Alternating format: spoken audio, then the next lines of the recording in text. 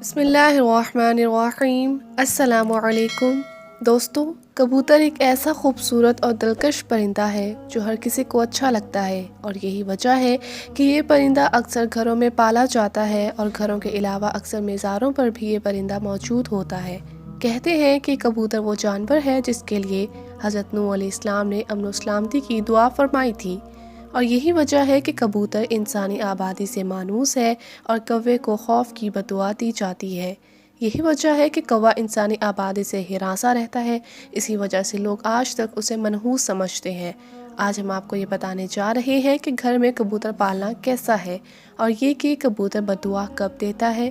دین اسلام کے تناظر میں دوستو، اسی حوالے سے آج کی ویڈیو میں بات کریں گے، تو ہماری اس ویڈیو کو آخر تک ضرور دیکھیے گا، اور اگر آپ نے ابھی تک ہمارا چینل سبسکرائب نہیں کیا ہے تو ابھی سبسکرائب کر لیں، ساتھ میں بیل آئیکن کو بھی ضرور پریس کیجیے گا تاکہ لیٹسٹ اپلوڈ ہونے والی ہماری ویڈیوز کا نوٹیفیکیشن آپ کو بر وقت ملتا رہے۔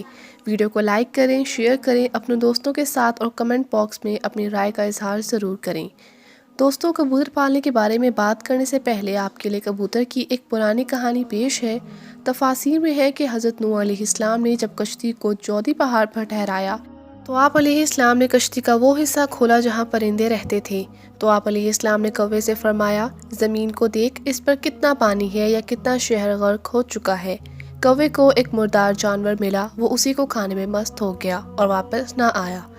اسی سے عرب کی ایک کہانی مشہور ہے، فلاں تو کوے سے بھی زیادہ دیر لگاتا ہے۔ چنانچہ حضرت نوح علیہ السلام کو خشک اور سخت زمین کی ضرورت تھی، اسی لیے اس کے دیر کرنے پر کبوتر کو بھیج دیا۔ اسے زمین کا کوئی خطہ بھی نظر نہ آیا، اسی لیے زیتون کا پتا لے کر حاضر ہو گیا۔ اس سے حضرت نوح علیہ السلام نے اندازہ لگایا کہ پانی کم ہے، جس سے درخت ظاہر ہو گئے ہیں لیکن زیر آب ہیں۔ چند دن ٹھہر کر پھر اسے کبوتر کو بھیجا تو زمین کے کیچڑ میں اس کے پاؤں بھر گئے۔ واپس آیا تو حضرت نوح علیہ السلام نے اسے دیکھ کر اندازہ لگایا کہ اب پانی زمین میں جذب ہو گیا، لیکن زمین خشک نہیں ہوئی۔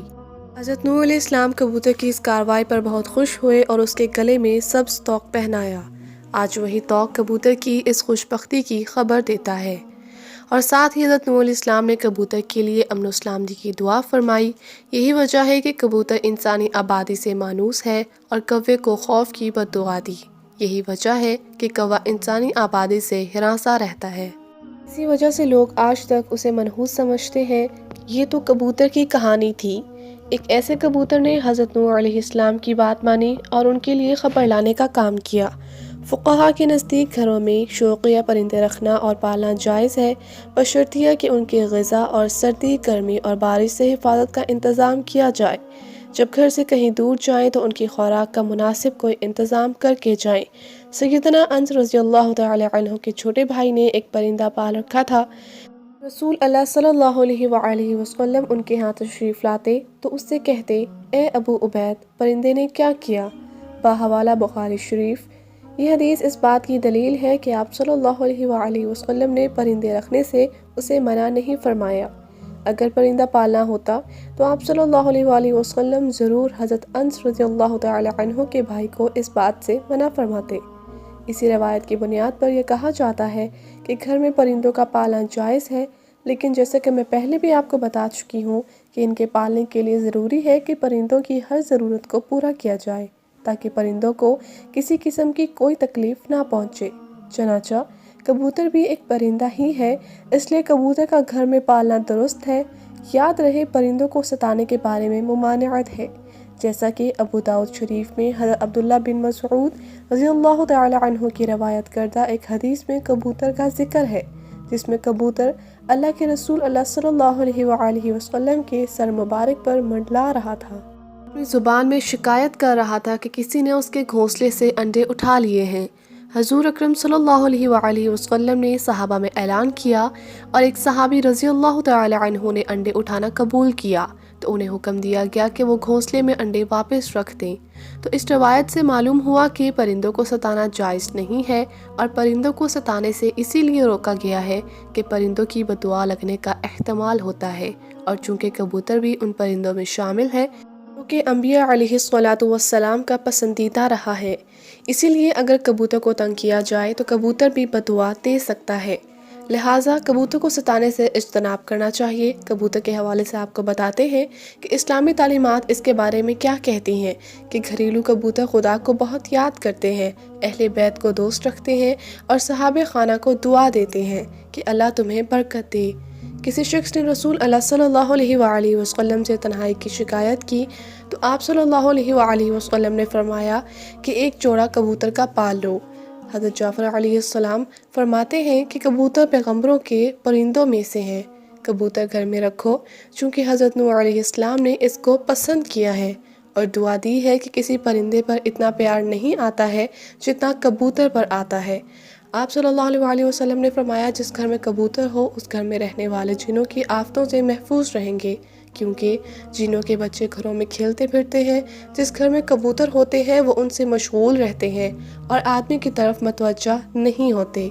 اسی طرح ایک اور روایت میں آتا ہے کہ کبوتر کاجوں پر چڑھتا ہے اور شیاطین کی نفرت اور بھاگنے کا سبب ہوتا ہے۔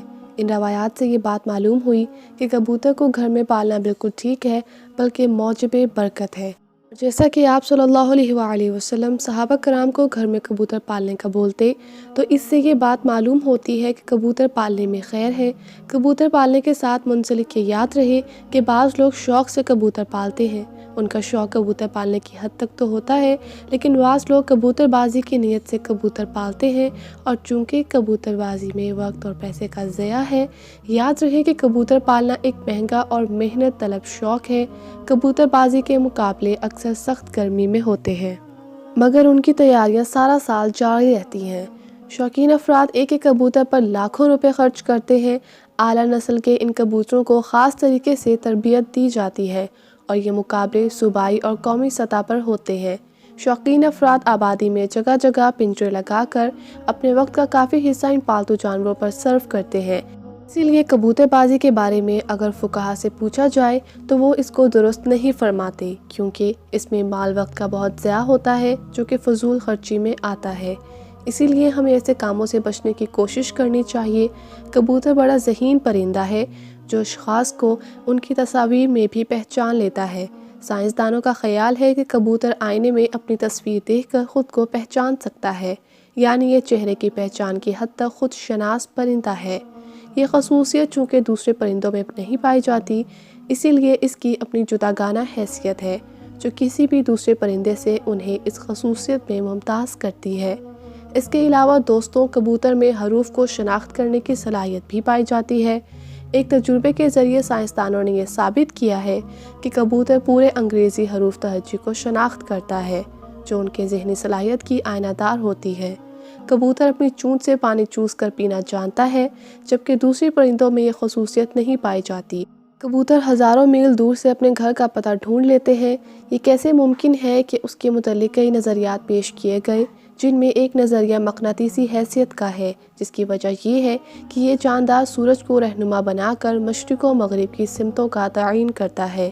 ان کے متعلق خیال کیا جاتا ہے کہ یہ زمین کی مقناطیسی قوت یعنی میگنیٹک افیکٹ آف ارتھ کو پہچان سکتے ہیں، اسی لیے وہ اپنے گھر کا راستہ بآسانی ڈھونڈ نکالتے ہیں۔